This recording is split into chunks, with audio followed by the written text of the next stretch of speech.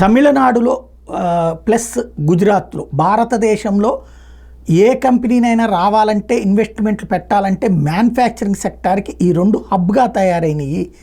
విదేశీ ప్రత్యక్ష పెట్టుబడులు దేంట్లో పెడుతున్నారంటే సేవల రంగంలో పెట్టరు. సేవల రంగంలో కాంట్రాక్ట్లు ఇస్తారు. లైక్ అంటే సాఫ్ట్వేర్ కంపెనీలకు కాంట్రాక్టులు మాత్రమే ఇస్తాయి విదేశీ సంస్థలు.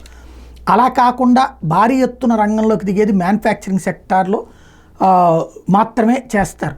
అది చైనా మీద విరక్తితో యూరప్ దేశాలకు సంబంధించినటువంటి వాళ్ళు ప్రత్యక్ష పెట్టుబడులు భారత్లో పెడుతున్నటువంటిప్పుడు రెండు హబ్బులు కనబడుతున్నాయి. అది గుజరాత్, అదే సందర్భంలో తమిళనాడు. ఈ రెండు ప్రధానంగా కనబడుతున్నాయి.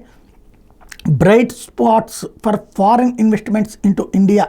ఇది ఎవరు చెబుతున్నారంటే Geeta Gopinath, IMF MD, first deputy MD చెప్తోంది. అయితే ఆవిడ తమిళియన్ కాబట్టి ఆ మాట చెప్తోంది. గుజరాత్ది నరేంద్ర మోడీది కాబట్టి ఆ మాట చెప్తోంది. దేశంలో ఇంకా చాలా హబ్స్ ఉన్నాయని మాట్లాడే వాళ్ళు ఉన్నారు.